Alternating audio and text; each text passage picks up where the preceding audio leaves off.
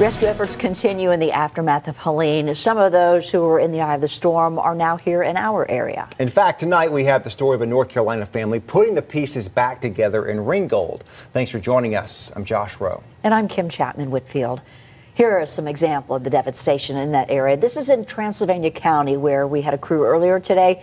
Here you can see a road that's caved in with water on either side. And here's another photo of debris covering a two-lane road there. You can also see a large tree toppled over and nearly hanging out onto the road. News Channel 9's Jacqueline Davis has more from that North Carolina family now in Ringgold.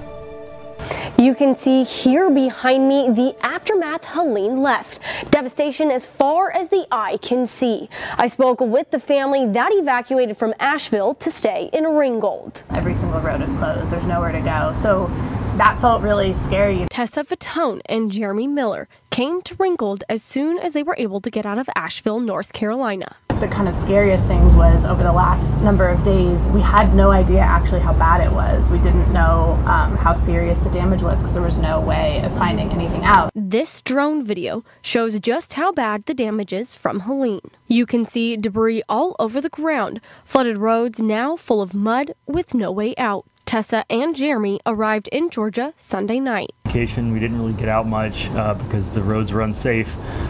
We did get out on Saturday and went down to the river to see it, and there was a bridge where you can see the River Arts District, which is essentially destroyed. They said they could not believe how bad the damage was until they saw it for themselves. We started hearing that every single road was closed, every single road in and out of Asheville was swept away, and at first that seemed like had to be an exaggeration, but the fire station started handing out these flyers that were basically like basics of what was going on, and it just said like getting in and out of Asheville is impossible. Every other street had a tree down with power lines ripped down.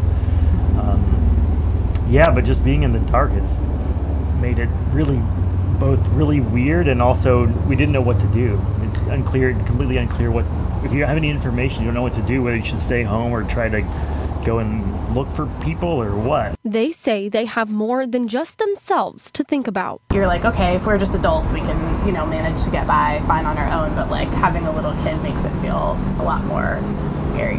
But questions remain about when they will be able to go home. It's orienting to be away from our hometown, to not know when we can go home. Our daughter's going to be out of school for they just said that they're canceling October tuition payments. Like who knows when it will go back. Reporting for News Channel 9, I'm Jacqueline Davis. And Duke Energy says they expect to have the majority of power outages resolved by Friday.